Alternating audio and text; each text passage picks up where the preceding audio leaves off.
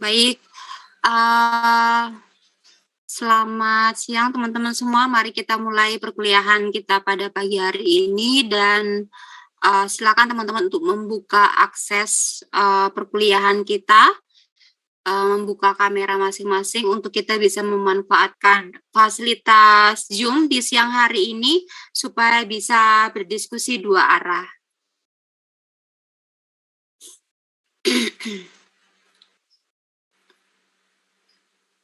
Baik, terima kasih banyak untuk teman-teman yang sudah menyiapkan diri untuk perkuliahan kita pada siang hari ini. Dan siang hari ini kita masuk di pertemuan ke-10. Dan pertemuan minggu ini adalah pertemuan terakhir sebelum kita akan libur sementara untuk menyambut Hari Raya Idul Fitri. Dan setelahnya nanti kita akan bertemu kembali di minggu kedua, kalau tidak salah ya, minggu kedua di bulan Mei. Dan pada materi hari ini saya akan menyelesaikan, jadi saya akan menyempurnakan materi tentang penulisan artikel ilmiah yang minggu lalu sudah kita diskusikan berkaitan dengan artikel ilmiah itu yang seperti apa, definisinya, kemudian syarat-syaratnya juga seperti apa, kemudian masing-masing di bagiannya itu isiannya tentang apa saja, itu sudah kita bicarakan. Kemudian juga untuk tugas makalah juga sudah saya paparkan juga ke teman-teman yang nanti akan Anda kerjakan bersama kelompok sebagai tugas terakhir ya, tugas terakhir dari rangkaian tugas kelompok yang teman-teman susun. Nah, untuk hari ini kita akan membicarakan soal kutipan ya. Kita akan membicarakan soal kutipan dan juga daftar pustaka. Ya, karena kita bicara kutipan itu tidak akan mungkin kita tidak membicarakan daftar pustaka karena dua hal itu memang memiliki korelasi ya, memiliki korelasi yang sangat kuat ya. Kenapa muncul daftar pustaka? Kenapa bisa tersusun daftar pustaka? Karena ada kutipan yang digunakan oleh penulis di dalam tulisan ilmiahnya. Oke, sebelum saya lanjutkan, apakah teman-teman sudah memahami kutipan itu apa? Kira-kira Mas Ari Anggoro? Ya, Bu. Ya, Mas Ari sudah mengetahui kutipan itu apa?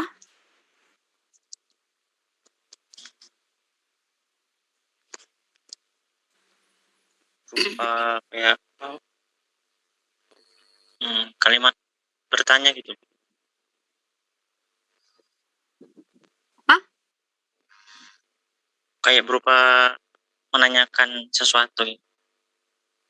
Kutipan. Menanyakan sesuatu. Menanyakan ke siapa dong, Mas Ari? Siapa yang tanya? Tanya ke siapa? Saya tanya sama teman. Oke ya. Tampaknya belum ngerti ya kutipan itu apa ya, Ari ya? Belum ya? Ya, Bu, belum. Nah, ya belum kok ya. Tadi jawab seadanya gitu ya. Jawab belum gitu nggak apa-apa gitu kan. Artinya nanti sebagai dasar saya nanti menjelaskan ke teman-teman. Kalau ternyata sudah pada paham semua kan saya tinggal mengingatkan saja gitu. Tapi kalau belum paham berarti benar-benar kan saya harus menjelaskan secara detail dari awal gitu ya Mas Ari ya. Oke, kalau Ananda gimana?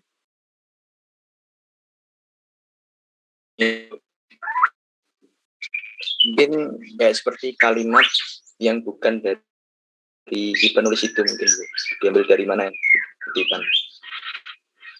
Oke, ya. Sudah pernah melakukan, Ananda? Sudah mempraktekkan? Mungkin sudah, Bu. Sudah ya. Ya, sudah ya. Ya, saya kira sebetulnya sudah, cuman mungkin Ari tadi lupa ya. Benar-benar lupa sama sekali gitu. Waktu sekolah sih sudah, itu waktu SMA udah ya. Ya, jadi kemarin di minggu yang lalu saya memaparkan ada poin-poin syarat utama yang harus teman-teman penuhi pada saat menulis tulisan ilmiah. Salah satunya adalah syarat objektif. Masih ingat ya, syarat objektif. Jadi apa yang kita tuliskan itu harus jujur, apa adanya. Ya, salah satunya adalah kalau nih teman-teman menulis tulisan ilmiahnya mengambil ide dari orang lain, mengambil tulisan dari orang lain, itu boleh nggak sih? Itu boleh, asalkan ada aturannya, kan begitu. Nah, aturan ini yang akan kita bicarakan. Jadi berkaitan dengan bagaimana cara menulis kutipan, atau bagaimana cara mengutip, kemudian bagaimana cara menuliskan sumbernya, sebagai salah satu bentuk bahwa kita ini harus jujur, kita ini harus objektif, bahwa memang kita butuh tulisan orang lain, kita butuh pendapat orang lain supaya tulisan kita itu dipercaya, bahwa tulisan kita itu recommended, seperti itu. Oke, baik teman-teman. Kalau kita bicara kutipan itu kan hasil dari kita mengutip, seperti itu ya. Jadi kalau mengutip itu sendiri artinya apa, Ananda, Bima? Kalau gitu mengutip sendiri itu artinya apa sih sebetulnya? Ya, Bim? Mungkin artinya mengambil, Bu. Mengambil, iya betul. Jadi mengutip itu artinya mengambil. Mengambil itu kata generalnya ya, kata umumnya. Mengambil itu kata umum, yang kata khususnya kan banyak sekali tuh. Mengambil yang seperti apa? Mungkin bisa menjimpit, merampok, mencuri, itu mengambil juga itu. Mengutip, kemudian apa namanya tuh, banyak ya. Nah, cuman memang ada masing-masing kekhasan tersendiri kalau mengutip itu bagaimana. Mengutip itu mengambil dengan sejumlah yang sedikit dalam bentuk ide atau tulisan orang lain. Ya, itu namanya mengutip. Nah, teman-teman boleh melakukan ini pada saat sedang menulis. Nah, lalu enggak, kita itu sumbernya dari mana saja? Kira-kira tahu nggak, Mas Hanif? Anda kalau mengutip itu mengambil dari mana saja? Bisa dari buku, di internet juga, Bu. Dari kira-kira bentuknya apa saja? Alamat webnya mungkin. Iya, bentuknya, maksudnya bisa dalam bentuk e-book misalnya ya, bisa dalam bentuk e-jurnal ya. Terus artikel-artikel online gitu. Oke. Kemudian kalau mengambil dari apa namanya, paparan dosen pada saat kuliah, boleh nggak? Boleh nggak, Mas Hanif? Mungkin boleh, Bu. Kurang tahu juga. Iya, jadi boleh ya, nggak usah pakai kata mungkin, boleh ya, boleh, yakin aja boleh. Misalnya Hanif dengan teman-teman kan ngerjakan video kemarin ya, lalu Anda melakukan wawancara, nah hasil wawancara itu dikutip, Anda tuliskan dalam makalah nanti, itu juga boleh ya. Lalu dari sumbernya misalnya dalam bentuk audio visual, melihat dari YouTube, mendengarkan. Nah, itu juga bisa digunakan sebagai sumber referensi. Ya, jadi sumber referensi itu jenisnya macam-macam, boleh. Nah, sekarang juga dimudahkan teman-teman itu. Generasi Anda itu generasi yang enak sebetulnya. Di zaman saya, waktu seusia Anda kuliah S1, mencari referensi itu sulit. Karena apa? Kita harus keluar modal lumayan. ya. Kalau nggak beli buku, kita harus minjem buku. Minjem buku itu harus mengorbankan waktu, mengorbankan tenaga. Karena apa? Kita harus ke perpustakaan. Ya, ke perpustakaan. Kalau nggak baca di sana, ya pinjam buku di sana. Itu pun dibatasi waktu kita untuk pinjam buku. Nah, era Anda itu enak banget, ya. Anda tuh sambil di kos saja nggak usah keluar-keluar, yang penting kuota internet ada ya. Itu sudah bisa. Karena Anda bisa cari referensi menggunakan internet itu dari mana saja. Karena buku itu sekarang sudah banyak yang dialihwujudkan juga. Ada e-booknya. Jurnal juga sekarang semua jurnal itu sudah e-jurnal. Jadi kita bisa browsing melalui internet saja, bisa mengunduhnya dari manapun dan kapanpun gitu. Oke, kita akan bicarakan soal itu ya. Jadi saya akan coba izin untuk share screen.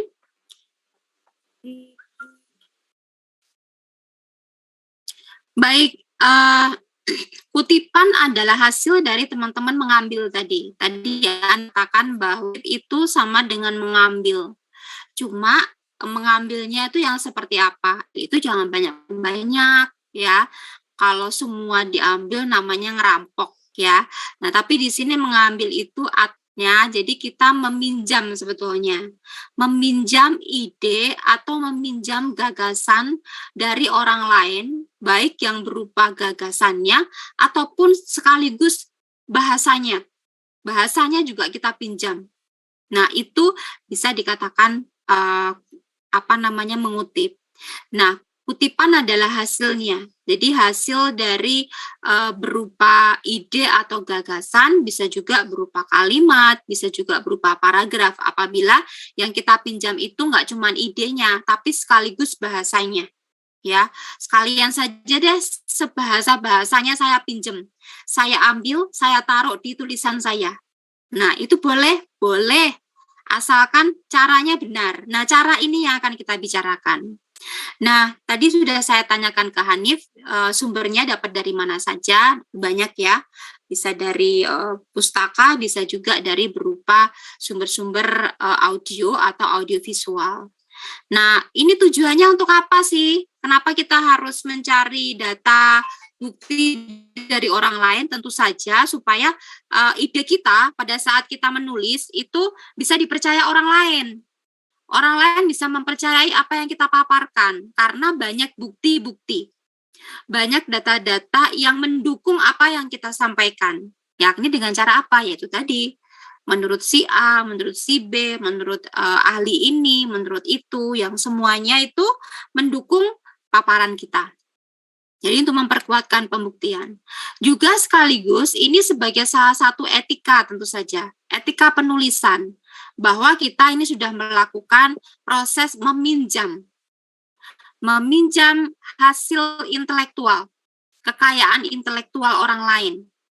Yang itu kalau tidak kita lakukan dengan cara benar, kita nanti bisa dituduh sebagai seorang pencuri. Yang pencuri ini kalau di dalam sebuah istilah penulisan kan disebut plagiat. Jadi nanti teman-teman kalau tidak jujur mengambil ide atau tulisan orang lain, nanti tulisan Anda itu bisa dicap sebagai tulisan yang melakukan plagiasi. Karena nanti bisa dicek berapa persen Anda melakukan plagiat. Nah, sekarang sudah ada aplikasinya untuk mengecek apakah tulisan kita itu banyak mengambil dari tulisan orang lain atau tidak. Mungkin nanti di skripsi teman-teman salah satunya supaya lolos Anda ujian, nanti harus dicek dulu, diujikan dulu seberapa besar Anda mengambil tulisan orang lain. Nah, ini ada triknya supaya teman-teman nanti bisa lolos untuk pengujian cek Turnitin ya, pengujian cek seberapa besar Anda melakukan kutipan langsung pada tulisan orang lain. Oke, nah di sini saya akan mengingatkan apabila teman-teman sudah sebetulnya ada dua cara model kutipan yang bisa teman-teman gunakan. Ya, dua jenis kutipan ini bisa bisa Anda pakai semua. Cara Anda memindahkan ide dan tulisan orang lain untuk Anda masukkan ke tulisan Anda bisa dengan dua cara. Yang pertama adalah dengan kutipan langsung atau bahasa gampangnya itu copy paste ya. Itu kan bahasa kita sehari-hari ya sekarang ini. Kemudian cara yang kedua menggunakan jenis kutipan tidak langsung atau yang disebut dengan parafrase. Nah, saya mau tanya ke Johnson. Halo Johnson. Ya, Bu. Johnson. Oke. Bisa perlihatkan wajah kamu, saya belum hafal sama wajahmu.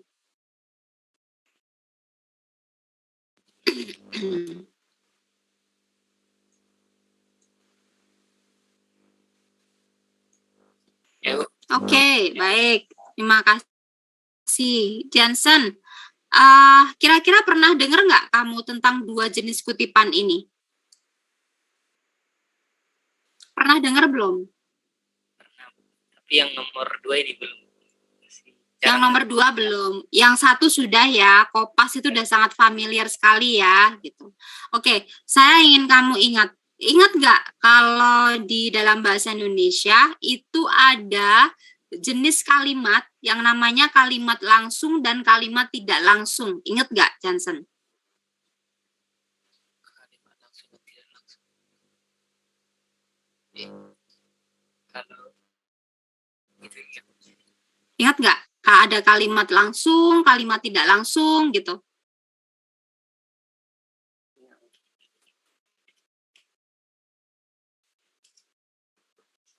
Halo, Johnson, dengar suara saya? Bentar, Bu. Ingat nggak? Kalau nggak ingat nggak apa-apa, kan tugas saya mengingatkanmu, gitu loh. Coba, Bu. Lupa ya, lupa. Oke, lupa. Teman-teman mungkin ada yang ingat yang disebut dengan jenis kalimat langsung dan kalimat tidak langsung? Ada yang ingat? Kalau kalimat langsung tuh mencantuminnya di awal, Bu. Kayak misalkan penulis terus judulnya kan terus tahun tanggalnya gitu. Baru kalimatnya. Nah, tapi kalau yang tidak langsung tuh si penulis dan tanggal tahun itu jadi kalimat kutipannya dulu baru sumbernya gitu. Oke, ini Doni udah masuk ke kutipan nih. Padahal tadi pertanyaan saya mengingat kembali kalimat langsung dan kalimat tidak langsung, Don. Apa, Bu? Kalimat langsung dan kalimat tidak langsung. Jenis kalimat langsung dan kalimat tidak langsung. Karena artinya sama nanti dengan kutipan langsung dan kutipan tidak langsung. Jenis kutipan 2 ini tampaknya Johnson belum paham nih. Nah, makanya tadi saya cara mengingatkannya dengan menanyakan kalau kalimat langsung sama kalimat langsung masih ingat gak gitu. Ternyata lupa ya Johnson ya. Nah, saya tanya ke teman-teman, mungkin ada yang ingat gitu. Doni ingat nggak yang disebut dengan kalimat langsung, kalimat tidak langsung? Kalau kalimat langsung tuh sama persis, Bu, dengan yang kita kutip gitu. Tapi kalau yang tidak langsung itu bisa berbeda, cuman maknanya sama. Oke, bisa kasih contoh nggak, Don? Misalnya kamu menceritakan sesuatu pada kita nih sekelas. Apa ya? Kalau contoh sih untuk yang kalimat langsung tuh judulnya gitu, ibaratnya belajar bahasa Indonesia, terus penulisnya Doni tanggal. Kalimatnya ya, bukan kutipan ya? Iya, kalimat langsung, Don. Kita belum ke kutipan. Oh iya. Kalau kalimat langsung itu ya sama persis, Bu, sama yang kita kutip. Misalkan di sumbernya itu bilangnya hari sedang hujan gitu, ya udah tulis saja hari sedang hujan gitu. Tapi kalau tidak langsung ya bisa dibilang kalimatnya tuh hari sedang tidak cerah seperti itu. Tapi kan maknanya mungkin ya mirip-mirip lah kayak gitu, Bu. Oke, ya. Jadi saya menganggap bahwa sebetulnya Doni udah paham, ya kan, dan untuk kalimat langsung dan kalimat tidak langsung. Jadi ini sebelum saya masuk ke jenis kutipan ini, saya nanya dulu ke kalimat langsung dan kalimat tidak langsung. Nah, kalimat langsung tadi yang dipaparkan Doni benar. secara konten benar definisinya. Nah, kalimat langsung dan kalimat tidak langsung, itu jenis kalimat ini ada untuk apa sih sebetulnya? Kenapa tiba-tiba muncul yang namanya kalimat langsung dan kalimat tidak langsung, Don? Oke, saya tanya ke kamu nih sekarang. Kenapa harus ada jenis kalimat itu? Ya, saya juga nggak tahu. Nggak tahu ya? Nggak tahu. Oke. Jadi munculnya kalimat langsung dan kalimat tidak langsung, fungsinya adalah untuk menunjukkan bagaimana cara kita menceritakan atau menginformasikan sesuatu pada orang lain. Bagaimana caranya kita mentransfer informasi dari orang satu ke orang lain. Misal ya, tadi pagi saya ketemu dengan Amar di jalan. Ya, saya ketemu dengan Amar. Kemudian Amar tiba-tiba bilang ke saya, Bu Eno, sambil terengah-engah dia karena sambil lari-lari. Maaf Bu, saya nanti tadi siang tidak bisa ikut kuliah karena saya harus saya harus cari tiket untuk pulang kampung. Misalnya seperti itu. Nah, saya kemudian di kelas cerita ke teman-teman. Saya mau transfer informasi nih. Saya mau transfer apa yang disampaikan oleh Amar ke saya tadi. Nah, saya bilang, tadi saya ketemu Amar di jalan. Lalu tadi Amar bilang, Bu Eno, gitu kan. Sama persis. Seperti tadi yang dibilang Donin, sama persis. Jadi saya menceritakan apa yang disampaikan Amar ke saya, itu dengan persis. Bu Eno, tadi sampai terengah-engah gitu. Terus dia bilang, Bu, maaf, saya nanti siang mohon izin tidak berangkat kuliah karena saya harus cari tiket untuk pulang kampung, Bu, gitu.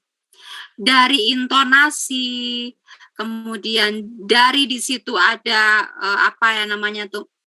unsur-unsur ekstrinsik kayak terengah-engah, itu semuanya saya tirukan persis.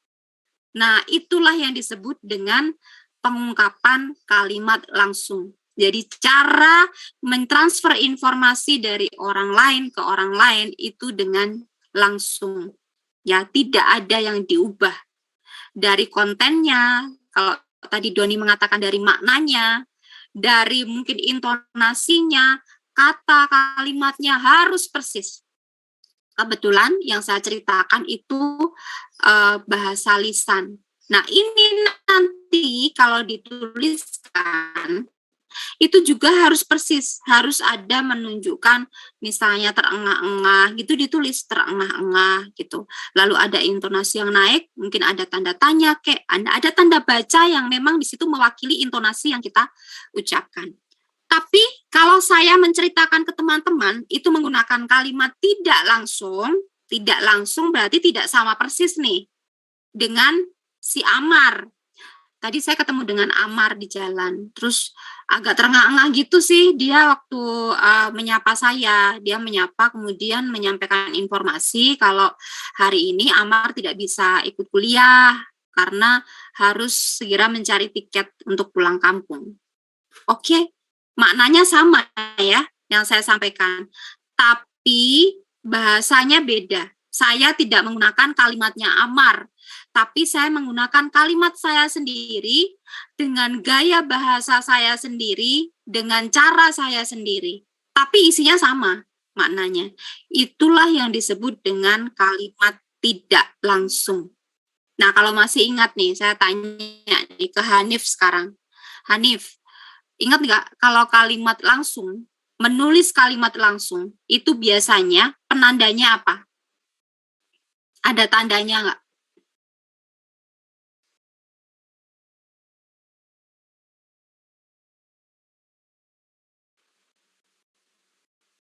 Halo Hanif. Ya, Bu. Ya, ada tandanya nggak kalau kalimat langsung?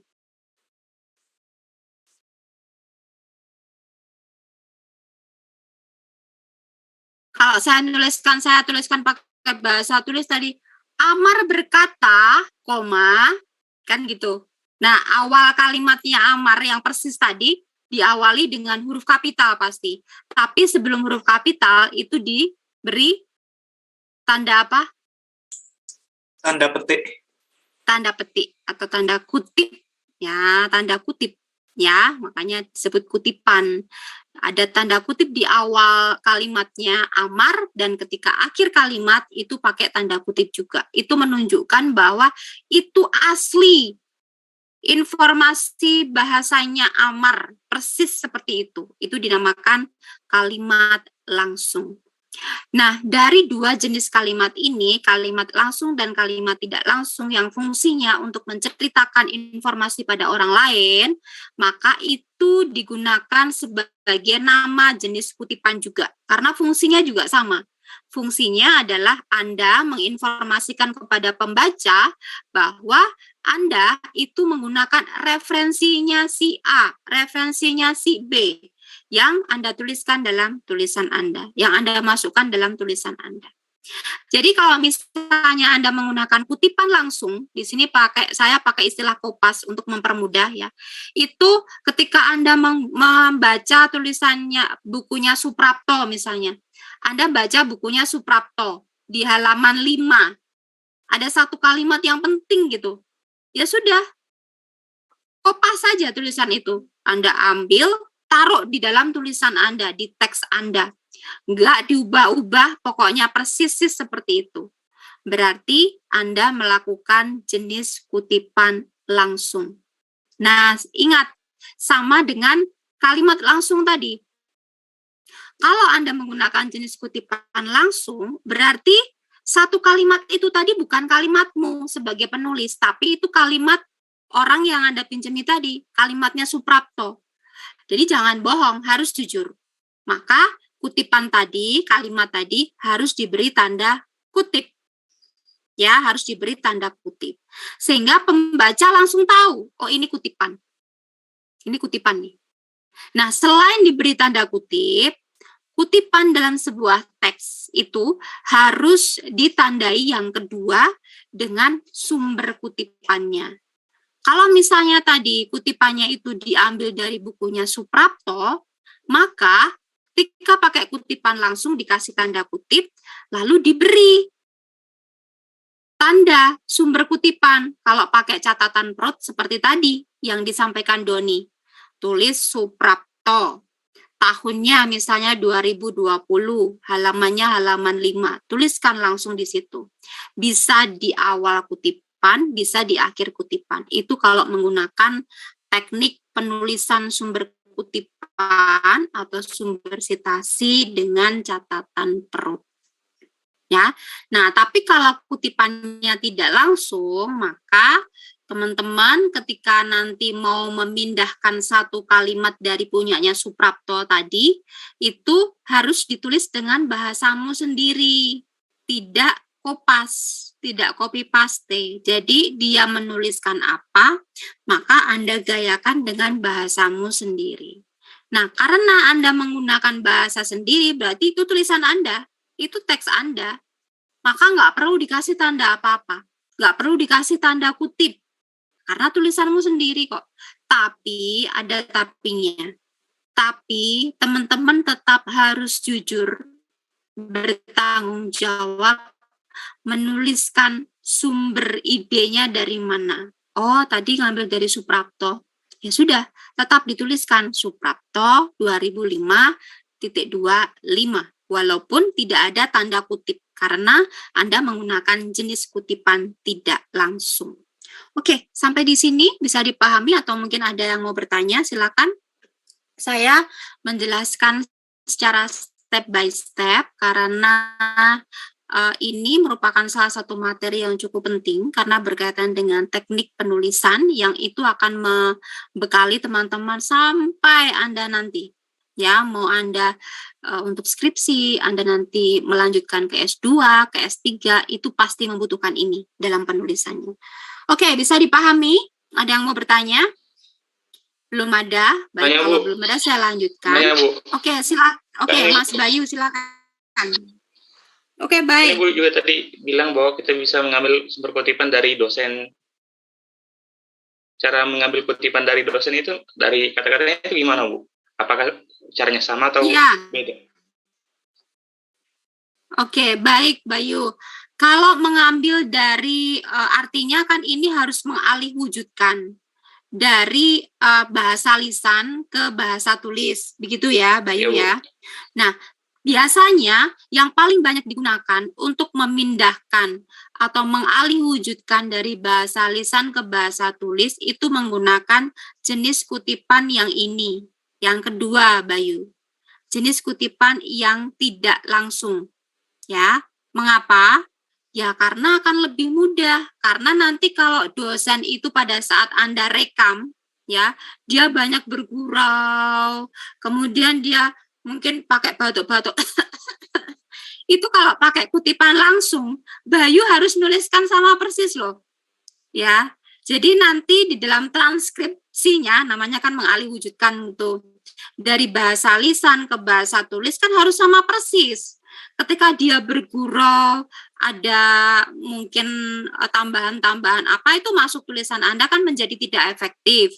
Jadi lebih efektif pemilihan jenis kutipannya menggunakan yang kutipan tidak langsung. Bayu nanti mendengarkan dosen Anda, kemudian Anda pahami, Anda maknai, lalu Bayu memarafrasekan, menceritakan kembali dalam sebuah tulisan. Seperti itu. Nah, nanti di sumbernya tetap tuliskan, baik. Nama dosennya siapa yang sedang berbicara. Tuliskan. Nanti yang dituliskan itu nama belakangnya. Nama belakang dosennya, nama belakangnya, tahunnya ada enggak? Oh, tahunnya ada, 2022. Nomor halamannya ada enggak? Enggak ada. Kalau enggak ada, enggak usah pusing, baik. Jangan mengada-ada, karena kita harus jujur kan. Nah, kalau nomor halaman enggak ada, yang belakang dituliskan dalam sebuah paparan perkuliahan mata kuliah apa, tanggal berapa, bulan apa, tahun berapa, syukur-syukur ditambahi jamnya, baik. Nah, itu sudah komplit. Boleh seperti itu. Bisa dipahami, baik? Bisa, Bu. Tapi misalnya, Bu, kalau dari YouTube, misalnya, Bu? Sama. Dari YouTube berarti namanya ada enggak? Oh, nama ada. Misalnya, tahunnya, wah enggak jelas, Bu, tahunnya enggak ada nih. Ya, halamannya kan enggak mungkin ada, nomor halaman. Enggak usah dipusingin, Bay. Berarti tinggal nama saja, koma yang di belakangnya dalam namanya apa sih? Link YouTube atau apa ya? Yeah. Namanya dalam link YouTube. Terus kemudian alamat lamannya tuliskan di belakangnya, lengkap. Ya, alamat lamannya, linknya itu. Ya, Bu. Nah, lebih lengkap lagi di belakangnya dikasih koma, diakses tanggal berapa, pukul berapa. Jadi Bayu menantumkan mengaksesnya kapan. Karena akses itu penting untuk internet. Ya, jangan-jangan nanti 5 tahun ke depan itu dibaca orang tulisanmu, dia mau mengakses nggak ada. Loh, Bayu bohong nih, kan gitu. Nah, karena bisa jadi mungkin 10 tahun atau 5 tahun ke depan udah nggak ada. Bisa jadi itu. Gitu ya. Jadi waktu akses itu cukup penting. Oke, bisa dipahami ya, Bay? Bisa, Bu. Oke, baik. Mungkin ada lagi yang lain? Cukup jelas ya, baik. Ini untuk 2 jenis kutipan ini ya, jadi saya akan ingatkan ke teman-teman, jenis kutipan baik yang kutipan langsung maupun kutipan tidak langsung, dua-duanya boleh dipakai dalam sebuah tulisan. Jadi nanti Anda membuat makalah, itu bisa menggayakan, kadang-kadang pakai yang kutipan langsung, kadang-kadang pakai tidak langsung. Tetapi ada alasan loh, kenapa kita milih yang langsung, kenapa milih yang tidak langsung. Kutipan yang langsung itu biasanya digunakan untuk jenis kutipan yang memang sulit untuk kita ubah. Misalnya kita mengutip sebuah undang-undang, sebuah pasal, kita mengutip sebuah ayat misalnya, kita mengutip sebuah karya sastra.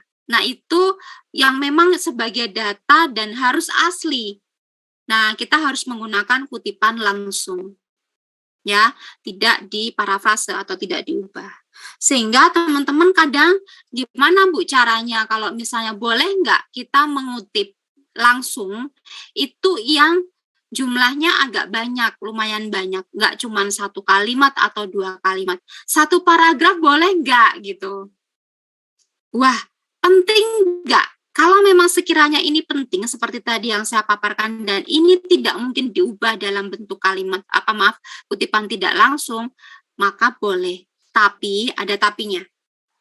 Ada caranya, ya, supaya pembaca langsung tahu. Pembaca itu langsung tahu bahwa oh ini Bayu mengutip langsung dari tulisannya Suprapto.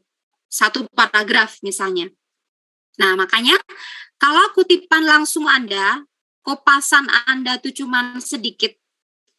Kalau dipindahkan dalam tulisan Anda itu tidak lebih dari 3 baris, maka nggak usah dipusingkan. Tulis aja di teks Anda, tapi cukup diberi tanda kutip seperti tadi ya. Nah, itu menunjukkan bahwa Anda mengutip langsung, lalu dituliskan sumber referensinya dari mana. Nah, itu kalau kutipan Anda cuma sedikit. Tapi masalahnya kalau kutipan Anda itu banyak, 1 paragraf. Kalau dipindahkan ke tulisan Anda, waduh 6 baris ya, gimana ya ini? Wah, berarti itu udah lebih dari 3 baris. Kalau sudah lebih dari 3 baris, berarti cara penulisannya harus dibedakan. Mengapa? Tetap ada tanda. Seperti tadi kan harus tanda-tanda kutip. Jadi pembaca bisa membedakan mana tulisan penulis, mana tulisan orang lain. Nah, kalau banyak, ini spasi penulisannya harus dibuat 1. Spasi 1, kemudian margin sebelah kiri itu menjorok ke dalam kira-kira 5-7 ketukan. Sehingga belum membaca, baru lihat begini sudah tahu bahwa, oh ini kutipan langsung. Oh ini kopasan dari penulis si A, si B.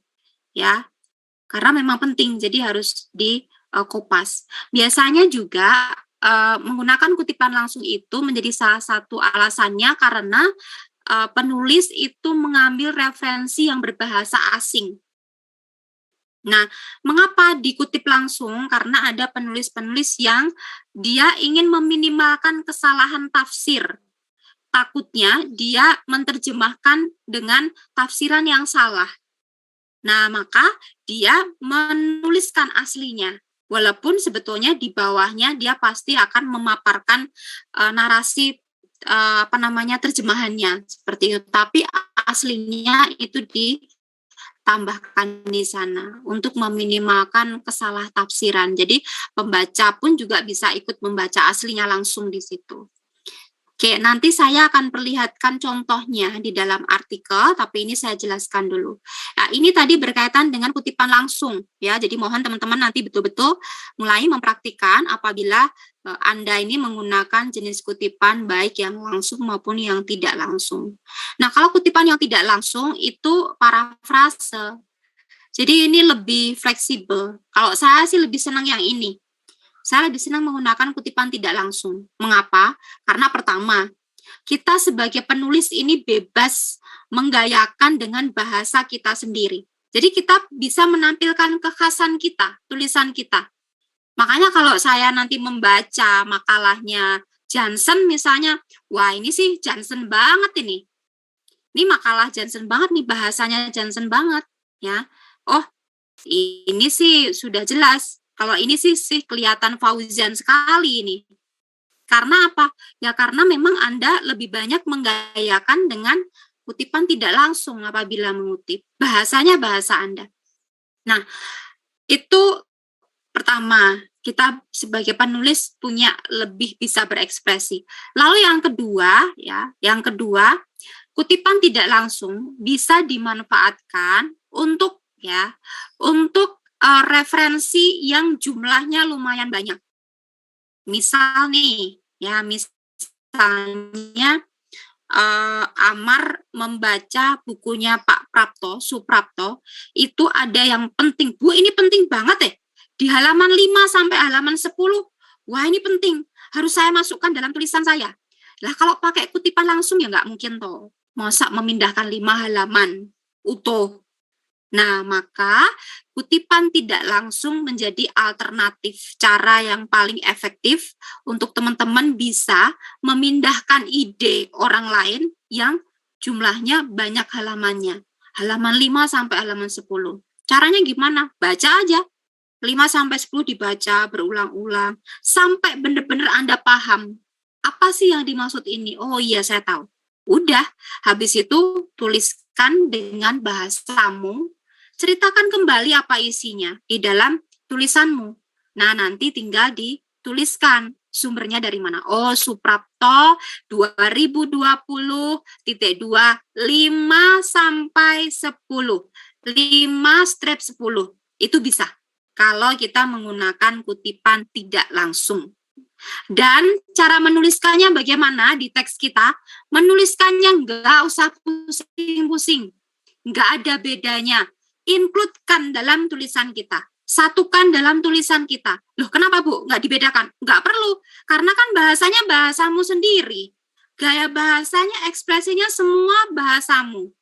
Hanya yang bukan punyamu itu idenya. Makanya harus tetap ditulis.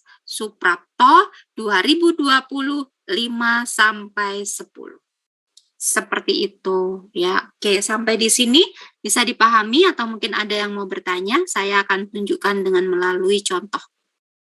Silakan apabila ada yang mau bertanya. Cukup bisa dipahami ya. Bisa, Bu. Oke. Baik, ini saya menunjukkan sebuah artikel makalah, tapi saya minta maaf ini bukan dalam ranah sistem teknik elektronik ya, teknik elektro maaf, karena mungkin saya masih minim untuk koleksi artikel-artikel teknik elektro. Nanti akan saya pelajari setelah saya mendapatkan beberapa topik-topik dari teman-teman. Nah, ini salah satu contoh artikel makalah yang ini lolos untuk bisa diterbitkan dalam sebuah jurnal. Jadi nanti teman-teman, Anda dalam menulis makalahnya, setelah judul di sini, boleh setelah judul ini nanti dituliskan semua nama Anda dalam satu kelompok. Misalnya satu kelompok ada 5 orang, tuliskan aja semua di sini. Itu sudah sangat biasa sekali sekarang. Jadi kenapa saya kemarin juga memilih kita mengerjakan berkelompok, karena tantangan kita bekerja berkelompok itu lebih sulit dibandingkan bekerja sendiri. Lalu yang kedua, tidak begitu masalah sekarang ini memecahkan sebuah permasalahan ilmiah secara bersama-sama. Dalam tulisan secara bersama-sama itu sudah sangat biasa. Nah, kemudian setelah nama ada abstrak atau intisari, miniaturnya ya, kebetulan di jurnal ini meminta dalam bentuk 2 paragraf, jadi si penulis harus sistematis ya, mengikuti sistematikanya. Lalu ada kata kuncinya, ada 3 kata kunci dalam tulisan ini, diikuti dengan intisari dalam berbahasa Indonesia, abstraknya, dan juga tentu saja dengan kata kuncinya ya. Lalu, nah ini langsung ada pendahuluan. Setelah abstrak langsung pendahuluan, tidak perlu menggunakan bab karena makalah itu cuma tulisan sederhana sekitar 8-15 halaman. Kebetulan yang saya kasih contoh ini dia memiliki sejumlah 11 halaman tulisannya dari awal sampai akhir ya. Oke. Nah, ini akan saya tunjukkan keseluruhan tulisan makalahnya, teman-teman bisa lihat. Untuk bagian pendahuluan itu dia memakan, coba kita lihat pendahuluannya, isinya cuman paragraf per paragraf. Ini kebetulan saya kasih warna barusan tadi waktu saya menjelaskan di kelas sebelumnya, untuk menunjukkan perbedaannya, ini jenis apa ya. Nah, ini pendahuluannya, bentuknya paragraf per paragraf gitu. Oke, dia 2 halaman pendahuluannya, kemudian diikuti langsung ke pembahasan. Di sini ada pembahasannya. Nah, minggu lalu sudah saya jelaskan bahwa pembahasan itu merupakan salah satu inti dari sebuah tulisan. Maka dia pasti akan mengambil porsi halaman paling banyak. Ya, halaman paling banyak. Nah, di pembahasan ini karena dia inti, maka kita boleh menjelaskan sajian tulisan kita itu disub-subkan, dibuat judul-judul sub pembahasan. Supaya apa? Supaya terstruktur pola pikirnya. Misal nih di sini pembahasannya itu di sini ada subnya, sub pertamanya. Nah, kemudian dia paparkan akulturasi budaya masyarakat Pariaman di situ ya. Terus sampai akhirnya di sub pembahasan yang selanjutnya masih dalam pembahasan itu dikerucutkan lagi. Kemudian dia paparkan sesuai dengan subjudul pembahasannya. Nah, masuk di sub pembahasan yang ketiga. Nah, ini supaya terstruktur. Nah, kenapa begini teman-teman? Dulu kan waktu SD pernah diajari membuat kerangka karangan. Urutan itu. Nah, urutan ini menunjukkan ini. Kita mau bicara apa dulu, habis itu apa. Nah, itu bisa untuk membuat tulisan kita supaya terstruktur. Nah, kalau ada gambar, saya yakin ada gambar, silakan diberi penomoran gambar supaya mudah untuk digunakan menjelaskan tulisan. Ini gambar 1. Tulisannya apa? Oh, motif burung phoenix. Ambilnya dari mana? Sumbernya (2) dari bukunya Van der Hoop tahun 49 halaman 2001. Bukunya tebal sekali ini. Nah, kemudian kalau ada gambar lagi tinggal diurutkan. Berarti gambar 2 seperti ini. Ya.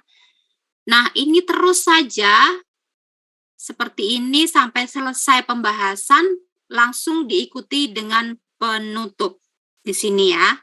Nah, penutup itu berapa banyak, nggak perlu banyak-banyak karena dia cuman menyampaikan apakah yang membuat tulisan ini penasaran sudah terjawab atau belum, masalahnya sudah terjawab atau belum.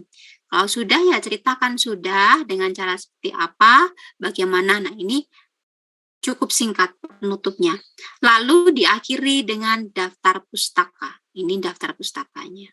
Daftar pustaka itu rekapan atau kumpulan semua sumber referensi yang dikutip yang ada di halaman 1 sampai penutup. Nah, itu direkap jadi 1 di dalam daftar pustaka. Oke, ini keseluruhan artikel makalah. Kita akan kembali mulai dari awal. Saya akan menunjukkan kutipan-kutipannya. Nah, teman-teman ini bisa melihat ya di sini dalam sebuah tulisan ini ada bentukan seperti ini. 2009.27. Di sini ada Asnan 2003.2, ada Nurchani 2010 seperti ini, ada Abdullah dalam Ferayanti 2003.229. Lalu di belakangnya masih banyak lagi seperti ini. Nah, itu menunjukkan, ini menandakan bahwa penulis dikasih tahu tuh, oh ini ada sumber referensi. Ini kan sumber referensi semua. Nah, sumber referensi ini menunjukkan bahwa oh ini adalah sumber-sumber yang digunakan untuk dikutip. Mana sih kutipannya? Kutipannya di dekatnya, bisa di depannya, bisa di belakangnya. Ya, ini contohnya seperti ini. Nah, ini contoh penggunaan penulisan sumber kutipan atau penulisan sumber sitasi yang seperti ini. Itu disebut dengan teknik catatan perut atau body note yang ada nama belakang penulis, ada tahun, ada nomor halaman di setiap teks. Ini kan banyak sekali nih, banyak tercantum. Itu namanya menuliskan sumber kutipan dengan teknik catatan perut atau body note. Kenapa disebut catatan perut? Karena posisinya atau letaknya ada di seluruh, sebetulnya body note ya, di seluruh, ya body note di seluruh tubuh teks. Tapi kan terjemahannya itu catatan perut, harusnya catatan tubuh gitu ya. Di seluruh tubuh itu ada semua. Di mana ada kutipan, langsung dituliskan kelengkapan sumber referensinya. Ini menurut saya sih paling simple. Saya juga paling suka yang menggunakan catatan perut begini. Nah, nanti coba ditanya, kalau prodi Anda di teknik elektro, pakai yang mana? Semoga sih sudah pakai yang ini. Ya, kalau pakai yang catatan kaki atau catatan akhir itu agak ribet. Ya, nanti saya tunjukkan juga ya, tapi supaya teman-teman tahu ya. Nah, oke. Di sumber referensi yang pertama ini, kutipannya yang mana? Kutipannya yang saya kasih warna biru ini. Menurut Thoeb, palaminan dalam pengertian luas dan umum adalah seperangkat 1 unit kesatuan hiasan dalam sebuah rumah gadang milik suatu kaum dalam serangkaian upacara perkawinan. Oke, baik. Ini kutipannya menggunakan jenis kutipan langsung atau tidak langsung, baik? Tidak langsung, Bu. Ya, Tidak langsung. mengapa? Tata cara penulisannya itu nggak detail. Nggak apa ya? Ayo, nggak boleh bingung. Ayo, nggak boleh bingung. Langsung atau tidak langsung? Langsung, Bu, langsung. Kenapa? Ada tanda kutip. Ayah, nah harus jeli ya, karena Anda tanda kutip nih di sini, ya. Dan spasinya tetap sama dengan teksnya. Tidak ada perubahan, tidak dimenjorokkan ke dalam untuk margin kirinya. Kenapa? Karena kutipannya cuma sedikit. Ini kutipannya kan diketik cuma 2 baris, ya, tidak lebih dari 2 baris, sehingga ini disatukan saja dengan teksnya, tinggal ada penambahan tanda kutip. Tapi kalau seumpama nih, nggak ada tanda kutip begini, maka penulis ini menggunakan kutipan tidak langsung ya, Mbak ya, jangan kebalik ya. Oke. Nah, teman-teman, dalam menuliskan sumber kutipan,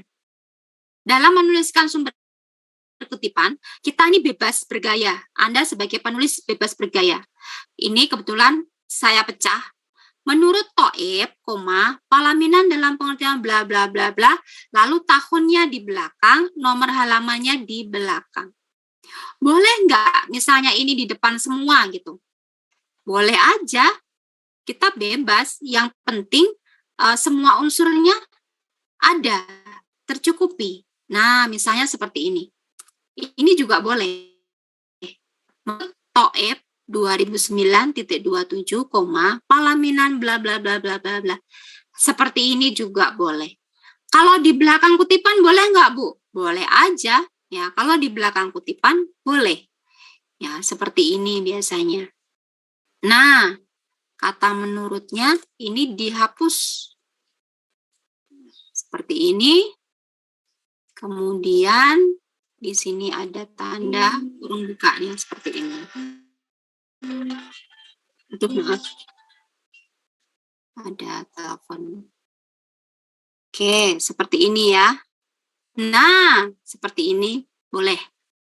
Jadi, bisa di depan, bisa di belakang, bisa di depan dan di belakang, tergantung ekspresi penulis. Mau menggayakan seperti apa.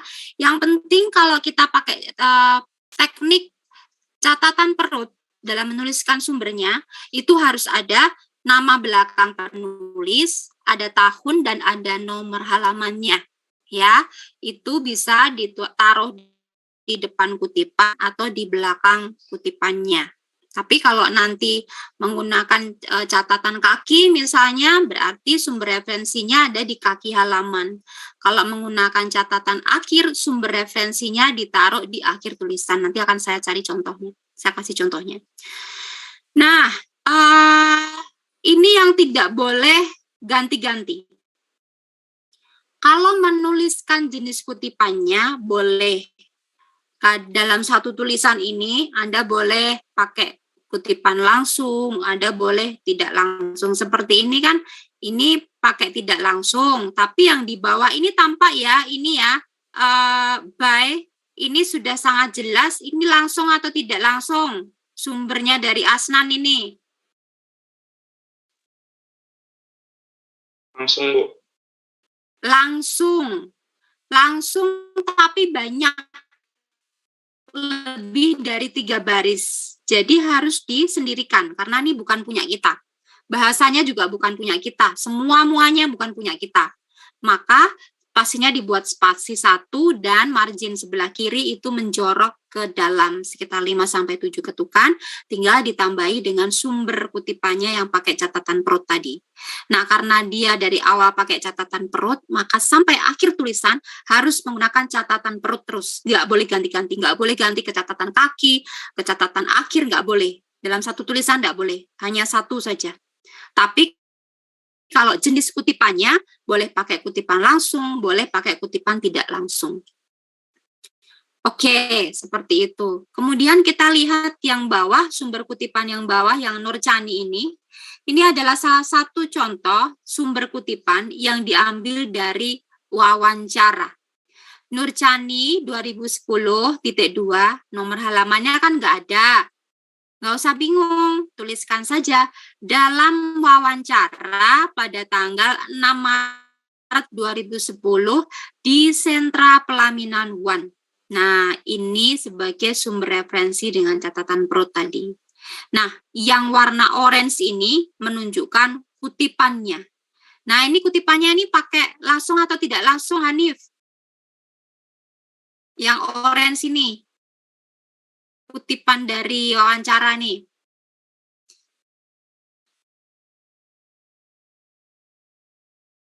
Halo, Nif? Tidak langsung. Tidak langsung. Karena tidak ada tanda apa-apa. Jadi bahasanya adalah bahasanya penulis, ya, bahasa penulis. Cuman tinggal dituliskan saja sumbernya. Oke, kita lihat yang bawah, ini yang paragraf terakhir di halaman 2, ini ada penulisan sumber kutipan, ya, penulisan sumber kutipan yang berwarna merah ini, Abdullah dalam Ferayanti 2003 halaman 29. Artinya bagaimana nih? Ada yang tahu? Ada yang tahu artinya kutipan ini? Mar, tahu Mar?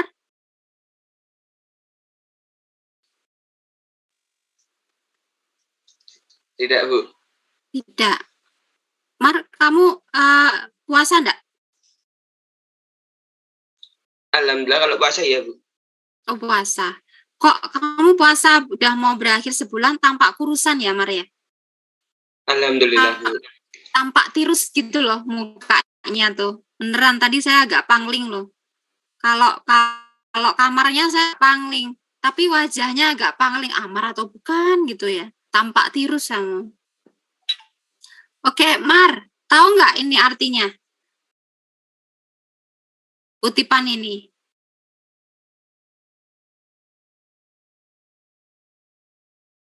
Kurang tahu, Bu. Kurang tahu ya. Oke, baik. Lutfi tahu nggak? Iya, Bu. Tahu nggak Lutfi? Artinya Kalau udah salah, itu tuh jenis kutipan yang dikutip. Ya. Jadi si penulis ini mengambil idenya siapa? Abdullah. Saya kata Abdullah, oke. Dalam buku mungkin Ferayanti gitu. Dalam buku Ferayanti. Jadi bukunya siapa? Ferayanti. Buku Ferayanti. Lalu yang 2003 itu bukunya tahunnya siapa? Ferayanti atau Abdullah? Ferayanti. Ferayanti. Oke, betul. Lutfi udah paham. Jadi kadang teman-teman itu misalnya ada satu teori yang cukup penting gitu. Aduh, ini penting banget, tapi bukunya udah nggak ada. Cari kemana-mana udah nggak ada, udah buku tua misalnya. Wah, susah nih. Buku aslinya nggak ketemu. Tapi teman-teman ternyata bisa dapatkan teori itu dari bukunya orang lain. Yang ternyata orang lain tersebut mengutip buku tersebut. Nah, ini terjadi seperti ini. Si penulis ini mengambil idenya Abdullah, tapi tidak dari buku aslinya Abdullah. Jadi dia mengambil dari kutipannya Ferayanti. Jadi ini kayak kutipan dalam kutipan begitu. Ya, jadi si penulis ini mengambil idenya Abdullah dalam kutipannya Ferayanti. Jadi bukunya yang dibuka adalah bukunya Ferayanti yang tahun 2003 di halaman 29. Tuliskan Abdullah Ferayanti tahun 2003 halaman 29. Oke, ini bisa dipahami ya teman-teman. Bisa, Bu. Cukup mungkin kalau yang bisa, oke, baik. Yang mungkin baru memahami ini agak pelan-pelan karena ini persoalan teknis ya. Jadi nanti teman-teman harus terus buka eksplorasi lagi yang berkaitan ini supaya nanti waktu menulis tidak salah. Dan coba untuk membahasakan sesuatu dengan bahasa sendiri. Jadi minimal misalnya bercerita nih, ketemu dengan siapa, cerita seperti apa, nah itu ceritakan dengan ekspresimu sendiri. Ya, nanti kalau dalam tulisan tinggal dipoles dengan tulisannya sendiri. Nah, ini tadi yang kita bicarakan itu lebih pada lebih pada jenis kutipannya. Ya, kebetulan contoh yang saya berikan ini adalah menggunakan teknik catatan tuliskan sumbernya. Nah, saya akan mengulas daftar pustaka dulu ya, mumpung kita buka yang ini. Jadi teman-teman, di sini kan ada sumber kutipan ya, dari Thoeb, kemudian dari Asnan, kemudian ada juga dari Ferayanti, ada dari Aswar, lalu ada dari Antoniswan, ada dari Sundari. Semua sumber-sumber kutipan yang Anda manfaatkan ini, Anda kutip ini, yang tertulis di setiap itu Anda rekap. Kalau sudah direkap, sudah dikumpulkan, ditulis di daftar pustaka di sini. Nah, jadi daftar pustaka itu adalah rekapan atau kumpulan sumber referensi yang kita kutip di setiap halaman tulisan kita. Makanya kalau kita cross-check, misalnya kita lihat daftar pustaka, wih, ada Mansur, lihat di halaman berapa ada. Ada Sundari, tadi ada Sundari, oh ada. Ada Aswar, tadi ada. Nah, makanya pernah suatu waktu saya mengikuti sebuah seminar proposal penelitian dosen ya, berkumpul bersama-sama dosen, lalu kita saling melakukan presentasi. Pernah saya tanya, ada sebuah proposal penelitian itu yang daftar pustakanya tuh kalau saya hitung ada 30 sumber referensi. Tapi kalau saya baca dari halaman 1 sampai akhir, itu sumber referensinya cuma ada 5 yang dikutip. Lah kan saya tanya, loh ini daftar pustakanya ada 30, tapi kalau kita cross-check, di setiap halaman dari awal sampai akhir cuma ada 5. Terus yang 25 ini, ya 25 itu dibaca untuk mendukung proposal ini, begitu. Oh, iya memang dibaca, tapi teman-teman harus tunjukkan itu, bacaan itu Anda gunakan untuk mendukung tulisan Anda di halaman berapa. Berarti itu kan banyaknya kutipan tidak langsung, karena ada ide-ide yang dimasukkan dalam tulisannya, tapi tidak dituliskan sumbernya. Jadi tidak jujur. Nanti dikiranya itu pendapat Anda, padahal itu adalah pendapat dari sumber referensi yang Anda ambil. Nah, ini tetap harus dituliskan, supaya tulisan Anda ini objektif. Anda menghargai dari mana Anda mendapatkan ide tersebut. Oke, nah teman-teman ini bisa dilihat ya penulisan daftar pustakanya. Semua nama ini sudah dibalik. Jadi nama belakang Anda itu akan ditaruh di depan. Nama yang paling belakang saja. Misalnya Ananda Bima Saputra. Nanti kalau Anda sudah punya buku banyak Bim, dikutip oleh orang lain, nanti yang tercatat di sini adalah nama Saputra. Letaknya pasti di belakang karena S ya, diawali huruf S karena ini urut abjad. Saputra, Ananda Bima gitu. Jadi yang terkenal nanti nama belakang kita. Ya, itu Anda punya gelar sebanyak apapun tidak akan ditulis di sini. Ya, jadi ini sinkron dengan kutipannya ya yang di sumber kutipan tadi. Oke, itu yang disebut dengan jenis kutipan, ya jenis kutipan langsung dan tidak langsung bisa Anda pakai dua-duanya. Lalu penulisan sumber kutipan yang paling banyak memang yang catatan perut tadi, ya. Tapi mungkin ya saya akan coba tunjukkan gitu untuk materi tentang ini ya, teknik menuliskan sumber kutipannya. Sumber kutipannya itu ada 3 teknik. Ada menggunakan, maaf belum saya share ya, sebentar.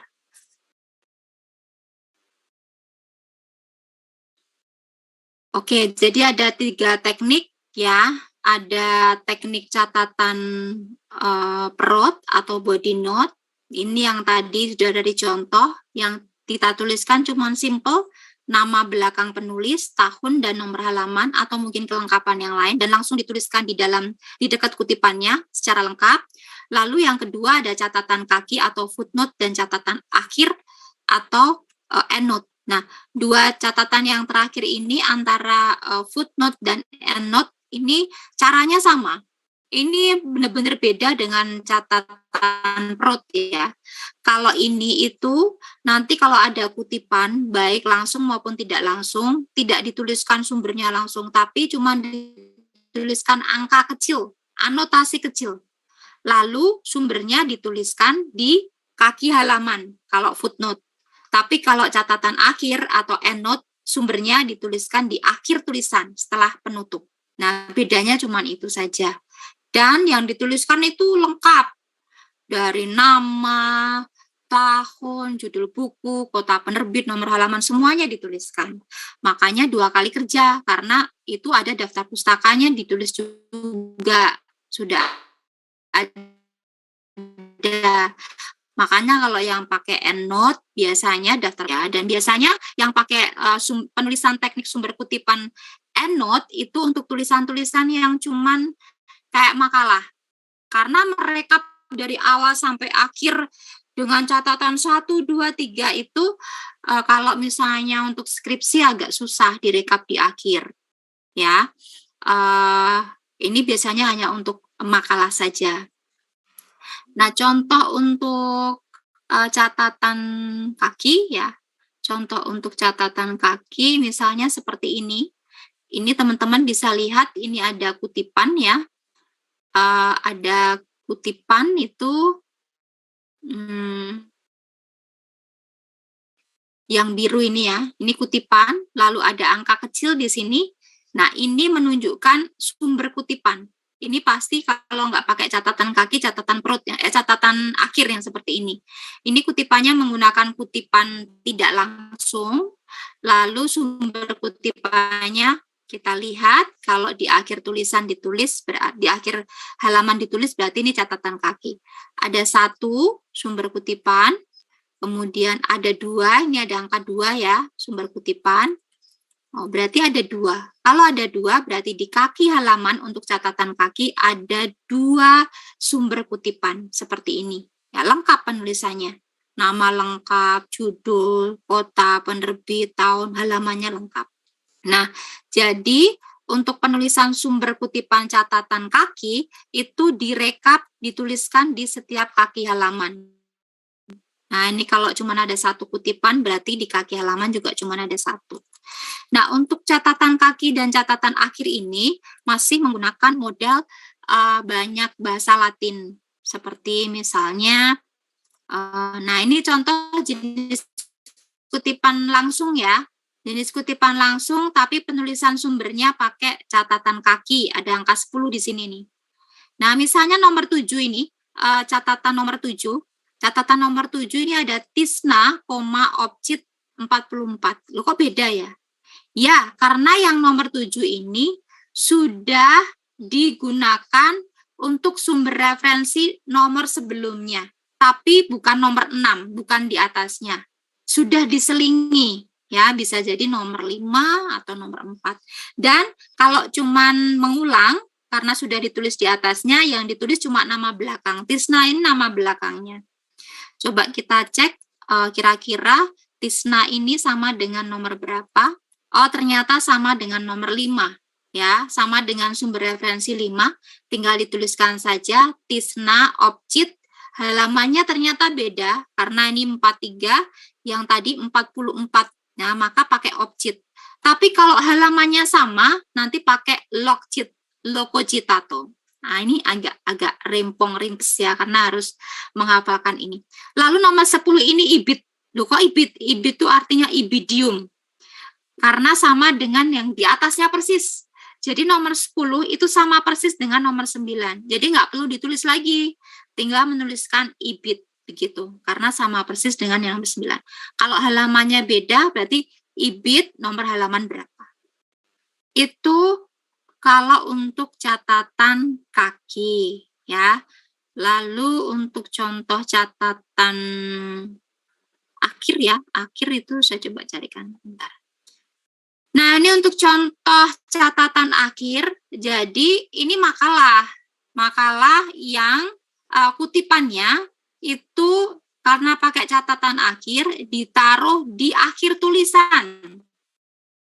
Setelah penutup, nih misalnya, ini kutipan nih, ada angka kecil di sini, ini pakai kutipan tidak langsung ya, ada angka kecil 1, kemudian 2 di sini ya, 3, ini ada 3, kaki halaman nggak ada, karena bukan catatan kaki yang dipakai ya.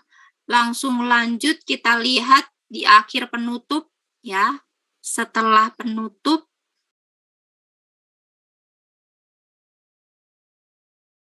oke, ini penutup, harusnya daftar pustaka, tapi karena dia pakai teknik catatan akhir, maka setelah penutup adalah catatan akhir di sini. 1, 2, 3 gitu ya. Dan penulisannya hampir mirip dengan daftar pustaka, karena lengkap juga, cuman yang menjorok itu baris pertamanya, bukan baris yang selanjutnya. Nah, kalau sudah pakai catatan akhir, tidak perlu menggunakan daftar pustaka. Oke, baik. Saya kira itu penjelasan maraton ya mengenai kutipan dan daftar pustaka. Mungkin ada yang ingin bertanya dari teman-teman semuanya. Silakan apabila ada yang masih belum jelas.